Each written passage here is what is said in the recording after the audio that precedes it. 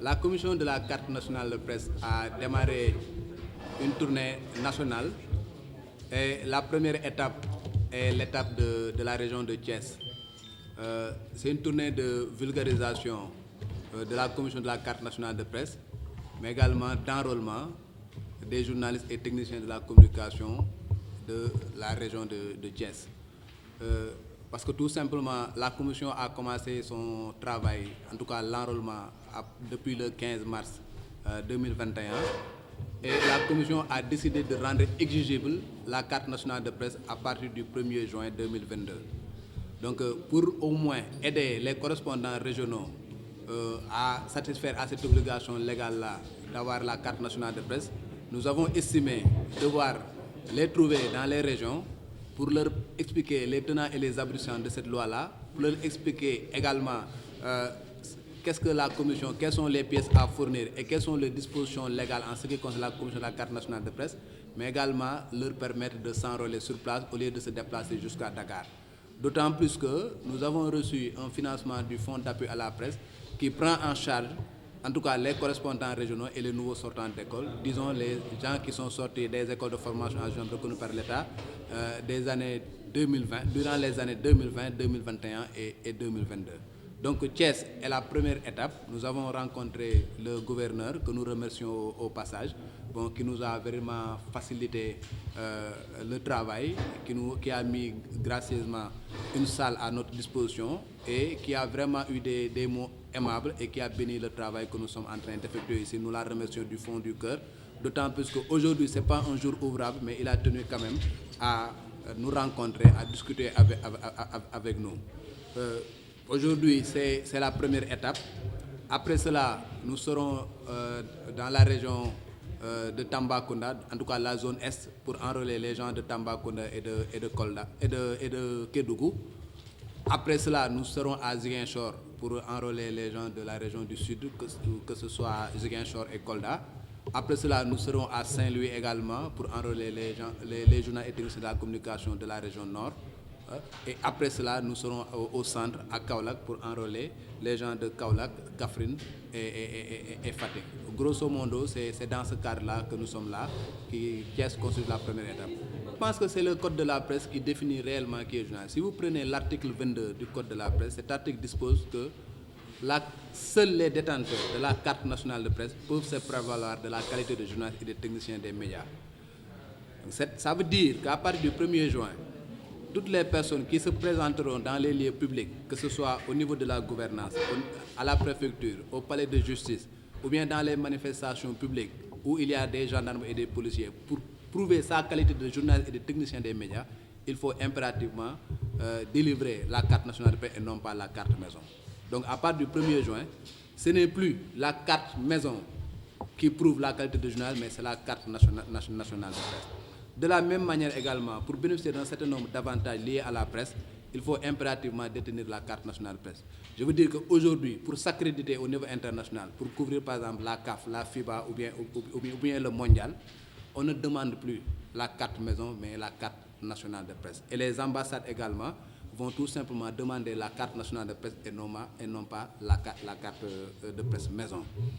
De la même manière également, au niveau du ministère de la Culture et de la Communication, pour bénéficier d'un certain nombre d'avantages, parce que vous savez qu'il y a beaucoup de chancelleries d'ambassades ou bien de pays qui offrent des bourses de formation et qui demandent au ministère de la Culture et de la Communication de coopter un certain nombre de journalistes. Désormais, à partir du 1er juin, le ministère de la Culture et de la Communication ne peut pas faire bénéficier de ces formations-là qu'aux gens qui sont titulaires de la carte nationale de presse. Donc c'est un certain nombre de packages, non seulement respecter la législation, mais également bénéficier d'un certain nombre d'avantages liés à la carte nationale de presse à partir du 1er juin 2022. li nga xamante ne moom moo ñu fi indi mooy dañu entamé benn tournée nationale bu nga xamante ne commission bi moom moo ko décidé pour tout simplement vulgariser li nga xamante ne moom mooy texte yi, expliquer lan mooy commission carte nationale de presse et wax également solo carte nationale de presse boobu nga xamante ne solo bi carte nationale boobu am ci profession de journaliste, c'est carte bu nga xamante ne dañ ko édité dans le cadre de l'assainissement du code de la presse. tey jii nag ñu ngi commencé Thiès ñuy gërëm nag ki nga xamante ne moom mooy gouverneur bi nga xamante ne moom moo ñu dalal fii non seulement aménagé na calendrier pour mën a ñu rencontrer waxtaan ak ñun ñu expliquer li nga xamante moom mooy suñuy tànk mu bénir ñu également ci loolu nga xamante ne moom la ñu ba pare jël benn salle mettre ko à notre disposition muy fii nga xamante ne ñu ngi fi teew tey muy salle de conférence bu gouvernance bu Thiès. donc ñu koy gërëm di ko remercier ci loolu ndax wax dëgg yàlla facilité nañu liggéey bi nga xamante ne moom lañu fi moom ñu fi indi li ñu fi indi nag comme ni ñu leen ko waxee mooy vulgariser li nga xamante moom mooy commission bi mais également enrôler ñi nga xamante ne ñoom ñoo nekk ci région bi mooy que ni depuis le 15 mars 2022 dañu commencé li ñuy wax dépôt pour l'obtention de la carte nationale de presse léegi nag fonds d'appui à la presse jox ñu benn financement pour ñi nga xamante ne ñooy correspondants yi ak les nouveaux sortants d'école ñi nga xam dañu génne école 2020 2021 ak 2022 la nga xam ne dañu ko daan joxe ci xaalis pour am carte nationale de presse ñooñu duñ ko joxe léegi ba ñu joxee financement ñun nag ñu ne on va en profiter non seulement déplacer wu ci région yi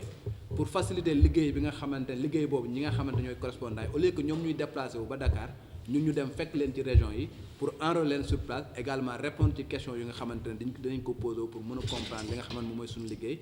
comprendre également lan mooy solo carte nationale de presse boobu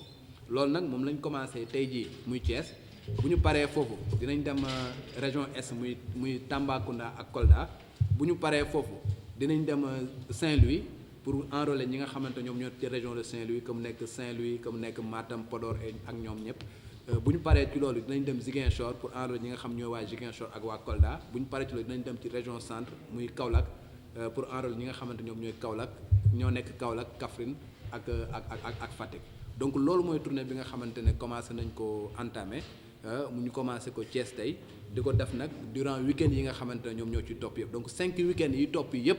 daf ñuy wóor ne ñu ngi nekk ci à l'intérieur du pays pour enrôler li nga xamante ñoom ñooy correspondants régionaux yi. li ñu ciy yokk nag mooy tey jii daf am lu nga xamante ne code de la presse moom moo ko prévoir lu nga xamante ne mu ngi ci code bi mais appliqué wuñ ko woon depuis boobu parce que li taxoon appliqué wuñ ko woon nag mooy bëgguñu woon nan laa koy wax sax sonal ñi nga xamante ne ñoom ñooy journalistes ak techniciens de la communication bi appliquer disposition de la loi dans toute sa rigueur te nekk lu nga xamante ne daf leen di xaw a na laa koy wax sonal parce que enrôlé wuñu convenablement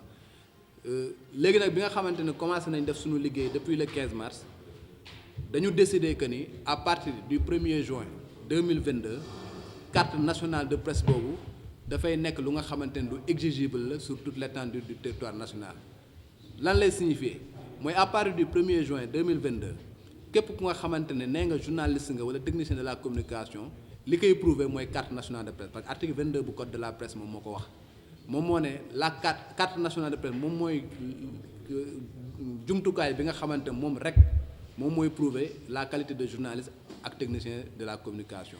maanaam tey booy ñëw tey gouvernance fii en tant que journaliste wala technicien de la communication ngay dem palais de justice ngay dem palais de la république ngay dem assemblée nationale wala ngay couvrir benn manifestation publique ci mbedd bi wala privé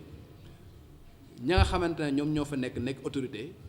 pour ñu la mën a reconnaître ni journaliste nga wala technicien de la communication carte nationale boobu rek moom moo lay permettre ñu reconnaître la et non pas la carte maison carte maison boobu nekkatul lu nga xamante ne moom la ñuy déposer moom la ñuy wane pour prouver que ne journaliste lañ mais carte nationale de presse mooy li nga xamante ne moom la ñu war a wane pour prouver que ne journaliste lañ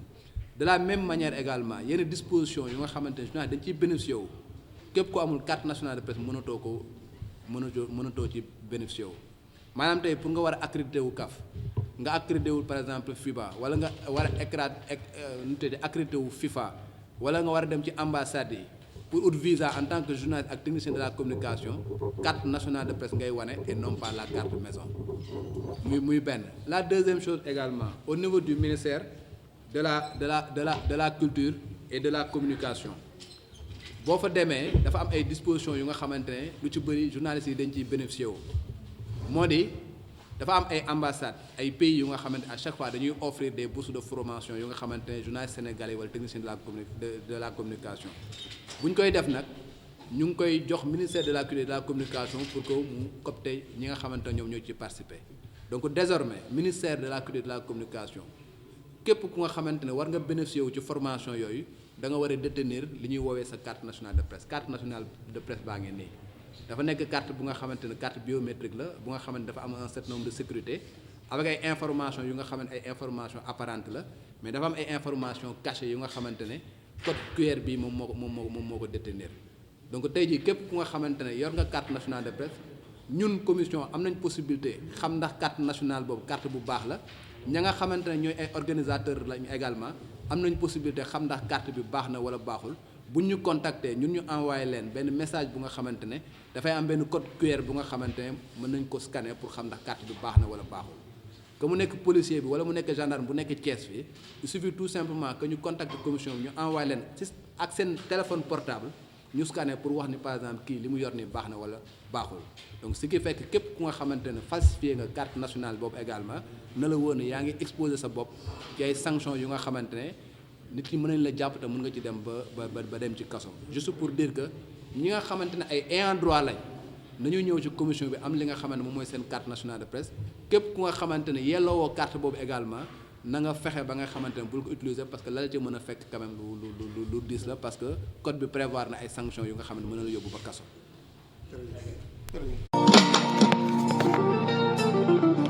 Jërëjëf.